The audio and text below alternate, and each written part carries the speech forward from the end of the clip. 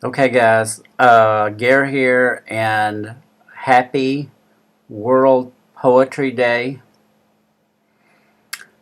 And I am staying as close to the computer as I possibly can because it's very cold here today.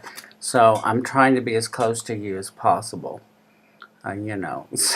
So your warmth will come back to me, and mine will go out to you, and something like that. Anyway, so I thought that I've been wanting to do a video on one of my all-time favorite writers, and certainly one of my favorite contemporary writers, Joyce Carol Oates.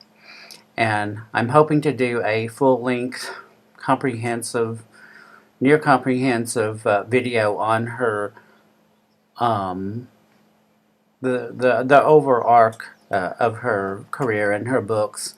That will be a bit ambitious, and so today, since with the theme of World Poetry Day, I'm going to read two poems by Oates. Among everything else that she writes, Oates is a superb poet. You know about the novels, you know about the short stories, the novellas.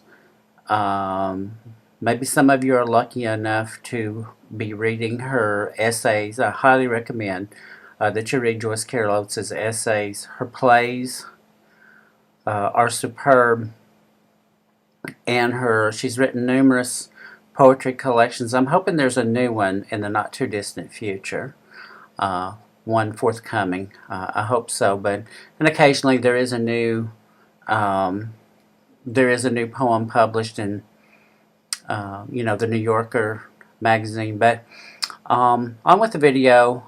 Two poems I'm going to read. They're both relatively short. This one is called Burning Oak, November. Yesterday, the sky and mute horizontal swathes, air almost too thick to breathe, we found the stump of an old oak, man-sized, burning without flame at the edge of a clearing, splintered wood raw, bulldozed roots exposed. Even the black ants fled in the stink of old grief made public and final. Old hopes exposed, past tense. Now headless, leafless, a stump knocked half out of the earth, and the soul, just blue smoke vague and slow spreading, rising without grace into an indifferent sky no one will paint, or photograph, or see, except us, yesterday.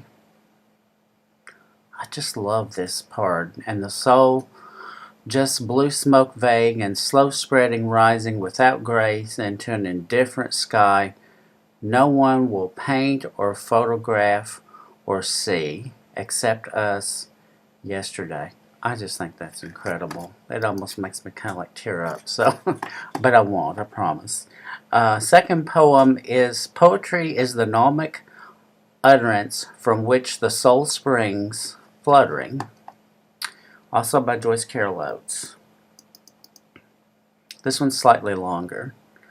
At the podium, measured and grave as a metronome, the white, male, poet with bald gleaming head broods in gnomic syllables on the death of a 12-year-old, black, male, Tamir Rice, shot in a park by a Cleveland police officer, claiming to believe the boy's plastic pistol was a real gun, like his own, eager to discharge and slay.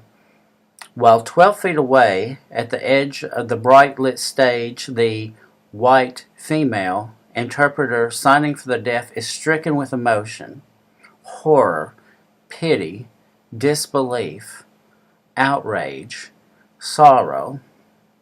Young woman, face contorted with eyes, spilling tears like Tamir Rice's mother, perhaps, or the sister made to witness the child's bleeding out in the Cleveland park.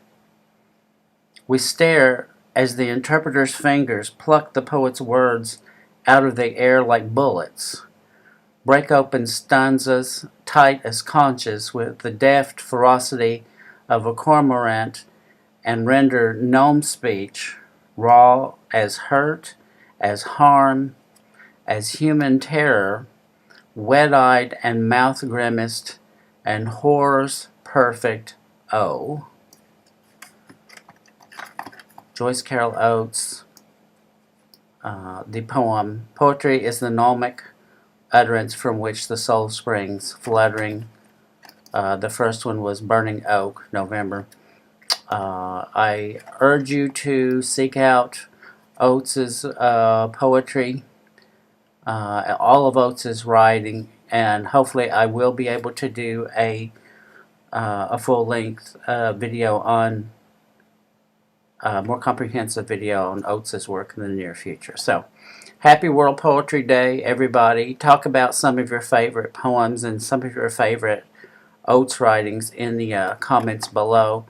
And I will be doing another video, hopefully here in a couple of days, back on books again. And hope all of you are doing well and keeping warm. And I will speak to you soon. Thank you.